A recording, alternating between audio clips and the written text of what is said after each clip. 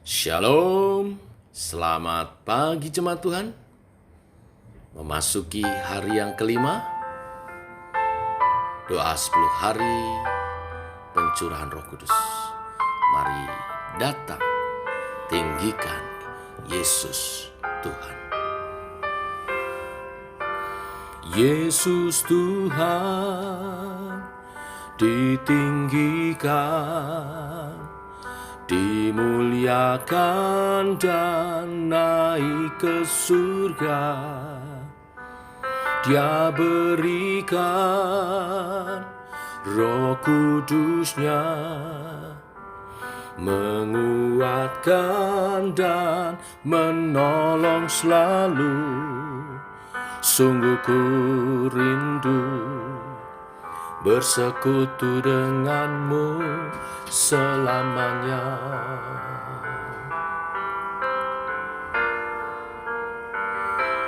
Allah Roh Kudus, jamah hatiku dengan urapanmu. Rindu selalu dekat denganmu, tinggal di hadiratmu.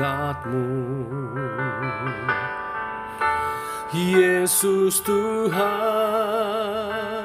ditinggikan, dimuliakan dan naik ke surga.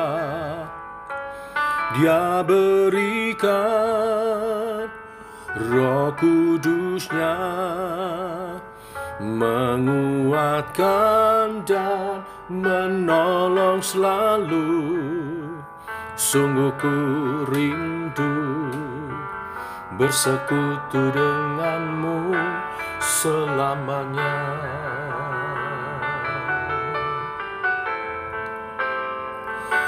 Allah Roh Kudus, jamah hatiku dengan urapanmu. Rindu selalu dekat denganmu, tinggal di hadiratmu. Allah Roh Kudus, jamah hatiku dengan urapanmu. Rindu selalu dekat denganmu, tinggal di hadiratmu. Tinggal di hadiratmu,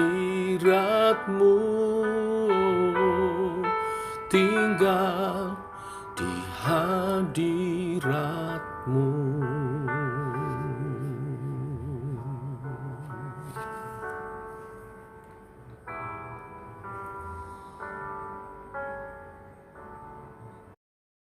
Ini kerinduan setiap orang yang percaya dan bertobat dan menerima Roh Kudus, ingin selalu rindu di hadirat Tuhan, melayani, berkarya bagi Tuhan. Teguhkan oleh kebenaran firman-Mu dengan karunia-karunia yang Engkau akan limpahkan bagi umat-Mu yang telah menerima karunia Roh Kudus. Terpuji nama-Mu Tuhan, berfirmanlah kami siap mendengar dalam nama Tuhan Yesus Kristus. Amin. Bapak Ibu, kita melanjutkan renungan firman pada pagi hari ini, masih dari judul yang sama, Karunia Roh Kudus. Kita masuk kepada sesi yang ketiga. Saya akan berbicara tentang karunia pelayanan yang terdapat di Roma pasal 12 ayat 6-8 dan juga di 1 Petrus 4 ayat 10 dan 11. Dua ayat ini saling memperlengkapi untuk kita bisa memahami tentang karunia pelayanan. Kemarin kita sudah belajar tentang karunia jabatan bagi para pemimpin gereja. Ada rasul, ada nabi, ada penginjilan, ada gembala, ada pengajar. Dua karunia jabatan, orangnya sudah tidak ada tapi pelayanannya masih ada, rasul dan nabi. Dan tiga karunia jabatan, orangnya dan pelayanannya masih ada, penginjil, gembala, dan juga pengajar. Hari ini kita belajar tentang karunia pelayanan. Saya baca Roma 12 ayat 6 sampai 8. Demikianlah kita mempunyai karunia yang berlain-lainan menurut kasih karunia yang dianugerahkan kepada kita. Jika karunia itu adalah untuk bernubuat, baiklah kita melakukannya sesuai dengan iman kita. Jika karunia untuk melayani, baiklah kita melayani. Jika karunia untuk mengajar, baiklah kita mengajar. Jika karunia untuk menasehati, baiklah kita menasehati. Siapa yang membagi-bagikan sesuatu, hendaklah ia melakukannya dengan hati yang ikhlas. Siapa yang memberi pimpinan, hendaklah ia melakukannya dengan rajin. Siapa yang menunjukkan kemurahan, hendaklah ia melakukannya dengan sukacita. Lalu kita teruskan 1 Petrus pasal 4 ayat 10-11. Demikian, layanilah seorang akan yang lain sesuai dengan karunia yang telah diperoleh tiap-tiap orang sebagai pengurus yang baik dari kasih karunia Allah. Jika ada orang yang berbicara, baiklah ia berbicara sebagai orang yang menyampaikan firman Allah. Jika ada orang yang melayani, baiklah ia melakukannya dengan kekuatan yang dianugerahkan Allah, supaya Allah dimuliakan dalam segala sesuatu, karena Yesus Kristus ialah yang empunya kemuliaan dan kuasa sampai selama-lamanya. Amin. Bapak Ibu, dari dua ayat ini, baik Roma pasal 12 ayat 6 sampai 8 maupun 1 Petrus pasal 4 ayat 10 sampai 11, saya mengelompokkan bahwa karunia pelayanan itu ada beberapa hal, yaitu yang pertama bernubuat, yang kedua karunia melayani, yang ketiga karunia berbicara, di mana termasuk di dalamnya mengajar dan menasehati. Kemudian yang keempat karunia membagi-bagi sesuatu, yang kelima karunia memimpin, dan yang keenam karunia kemurahan.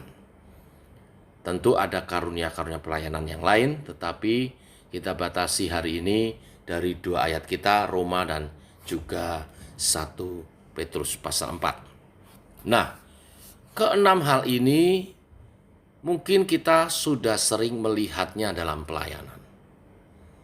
Pertanyaannya, apakah semua orang yang melakukan pelayanan itu adalah orang-orang yang berkarunia? Dari kedua ayat ini, kita mengetahui dan kita akan membedakan orang yang hanya melakukan pelayanan dengan orang yang melakukan pelayanan yang berkarunia. Nah, yang pertama, orang yang berkarunia nubuat. Dikatakan di ayat 6 Roma 12 tadi, jika karunia itu adalah untuk bernubuat, baiklah kita melakukannya sesuai dengan iman kita. Jadi seorang yang memperoleh karunia bernubuat, dia melakukan nubuatan itu sesuai dengan iman kita. Tentu yang dimaksud iman kepada Yesus Kristus. Artinya nubuatannya ini tidak lepas dari kebenaran firman. Nubuatan yang disampaikan tidak bertentangan dengan firman Yesus Kristus. Kita melihat pelayanan Tuhan Yesus Kristus di dunia ini. Dia membangun orang-orang. Dia menyembuhkan. Dia menguatkan. Dia mengajar kebenaran. Dia mengajar kita untuk hidup bagi Bapa. hidup dalam kekudusan, hidup bagi kerajaan Allah, menyatakan kasih, membebaskan, memerdekakan orang-orang. Jadi nubuatan yang adalah karunia dari Tuhan, itu sekitar itu. Yang kedua, Bapak Ibu, karunia melayani. Di Roma pasal 12 ayat 7 tidak begitu jelas, tetapi dijelaskan di 1 Petrus 4 ayat 11 bagian B. Dikatakan, jika ada orang yang melayani, baiklah ia melakukannya dengan kekuatan yang dianugerahkan Allah, supaya Allah dimuliakan dengan segala sesuatu, karena Yesus Kristus ialah yang mempunyai kemuliaan dan kuasa sampai selama-lamanya. Jadi orang yang memperoleh karunia melayani, dia melakukannya bukan dengan kekuatannya sendiri, tetapi kekuatan yang dianugerahkan oleh Allah. Kita sering mendengar kebenaran firman, bukan kuat gagah keperkasaan kita, tapi oleh Rohku, kata Tuhan. Dan tujuan daripada pelayanan itu untuk kemuliaan Allah, bukan untuk mencari pujian manusia bagi dirinya, tidak, tetapi untuk kemuliaan Allah. Kalau kita bisa melayani dengan cara demikian, sesungguhnya kita memperoleh karunia melayani dari Tuhan. Lalu karunia yang ketiga, yaitu karunia berbicara, termasuk di dalamnya mengajar dan menasehati. Di ayat 11 1 Petrus 4 bagian A dikatakan, jika ada orang yang berbicara, baiklah ia berbicara sebagai orang yang menyampaikan firman Allah.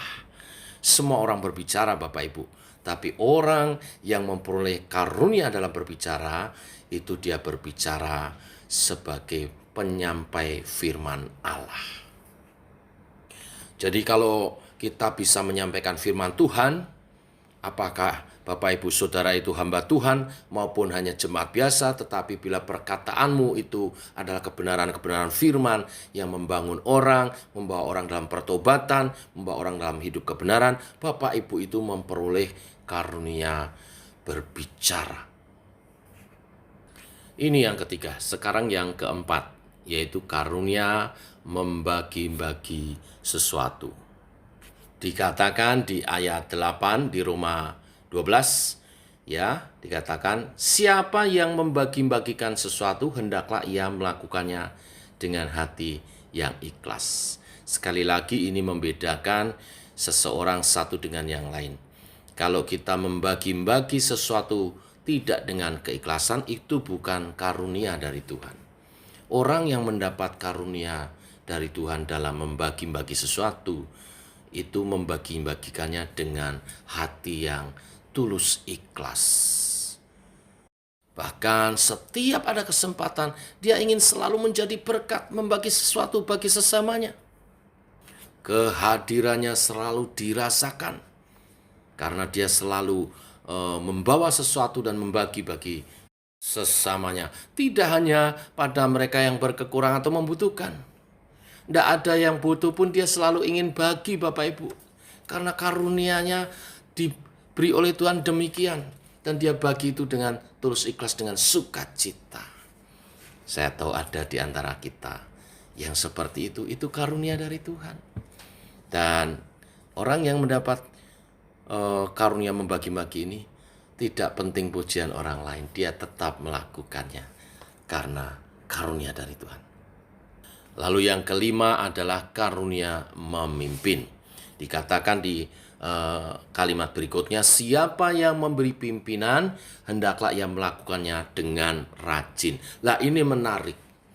Jadi karunia memimpin disebut karunia bila kita itu memimpin dengan rajin. Kenapa kok dihubungkan dengan rajin?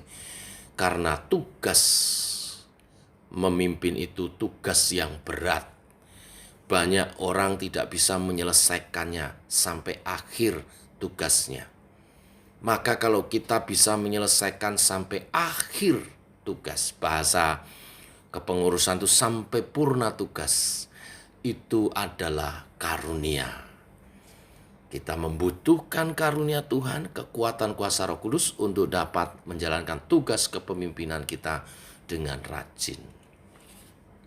Yang terakhir, siapa yang menunjukkan kemurahan, hendaklah ia melakukannya dengan sukacita.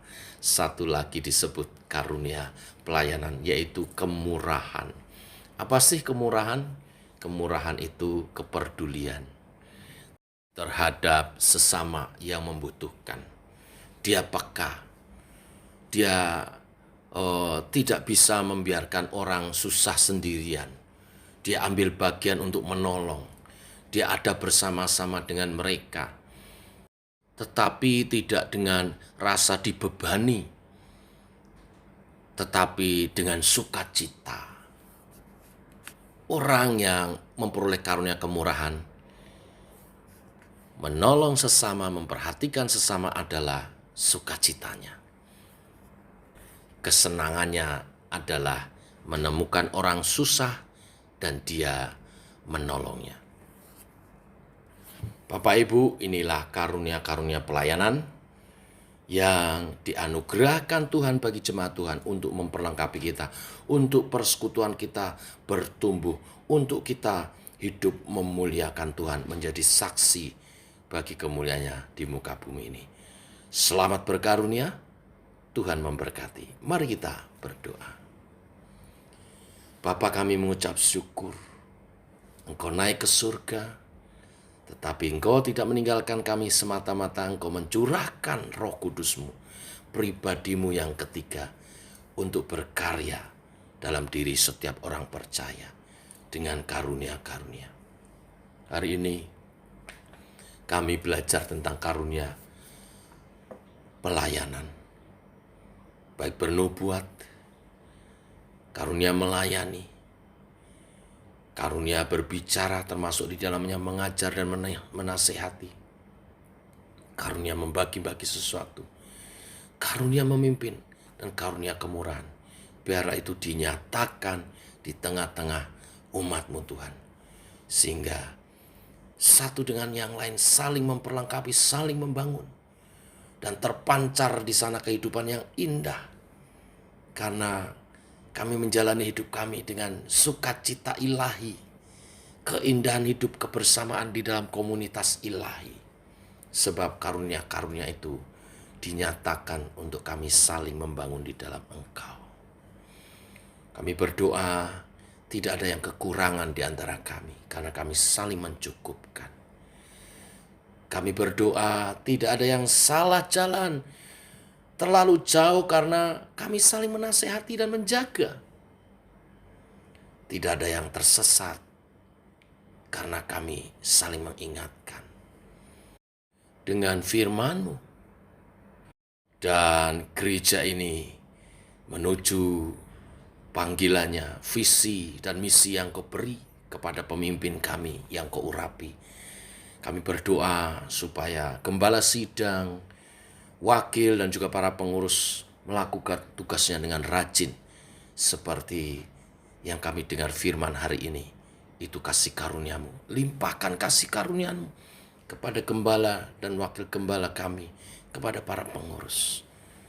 Dan juga supaya makin melimpah kemurahan Tuhan atas hidup umat-Mu. Terpuji nama-Mu Tuhan. Ini yang kami rindukan dalam doa 10 hari pencurahan Roh Kudus hari ini. Karunia-karunia-Mu dinyatakan. Terima kasih Tuhan. Dalam nama Yesus kami berdoa, kami bersyukur. Amin. Demikian saudara, doa 10 hari pencurahan Roh Kudus. Hari ini hari kelima. Tuhan menyertai saudara dengan karunia-karunia dilimpahkan. Shalom. Salam sehat, tetap semangat.